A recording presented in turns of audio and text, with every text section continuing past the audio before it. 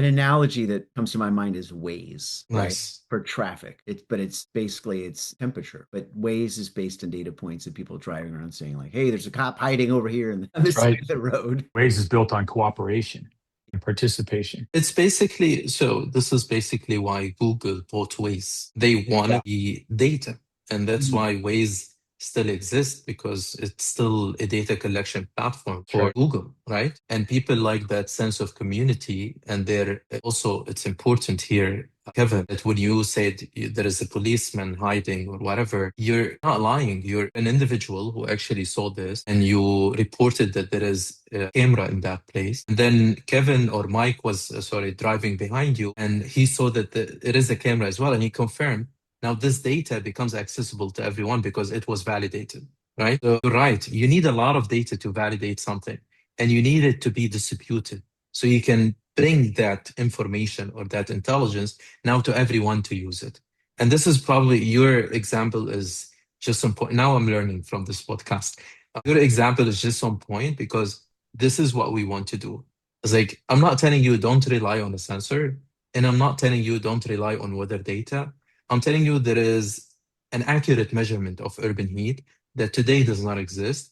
We'd like to bring this layer, and you can couple it with weather or other data sets, but we'd like to bring something accurate to the measurement of temperature. Jay, thank you so much for coming on the show. Yep. And just it's just fascinating what you're doing. I love it. It's just you're and I love the starting with let's solve a problem versus let's create a solution, go find what problem that a tool that can be used by many people so that they can be it's like you're giving people a guitar. Now go play your tune. Go figure out your own tune with this. I've given you the guitar. Here it is. Go figure out your song. But very cool. So we'll have to have a follow-up conversation and see how you do. Thank you, Kevin. Really appreciate that. And Mike, thank you for your time as well.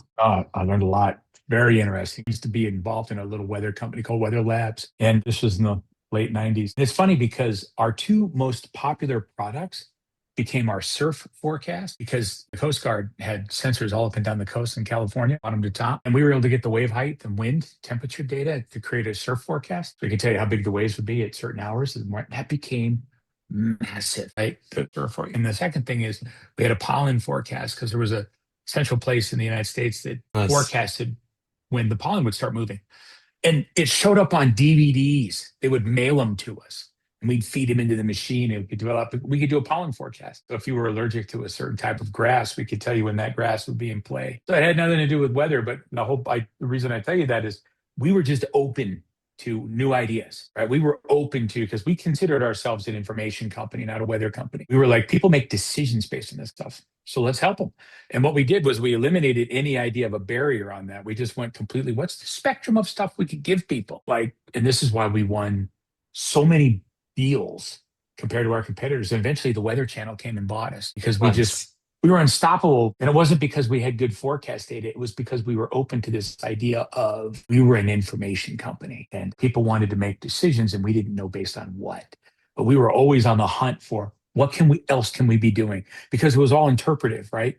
We could take stuff, interpret it, create a final product, and then put it out there. And it worked. But Kevin, you're right about Waze. And if there was some way that you could get 30 million people that in random times their phones were reporting the temperature exactly where they are, Waze does. Always does. Because the one thing that you were missing with the Waze thing is when you go into a place where it said there was a cop there or there was a car on the side of the road, I'll get a text that says still there, right? Still there. They Question, have a right? timestamp between when it was posted and when Yeah. I go by. Still Right. there. Yep. So they've got an army, they've got millions of people who, for no cost, like I don't charge for that data. I'm interacting with their tool, which is making it better for the community.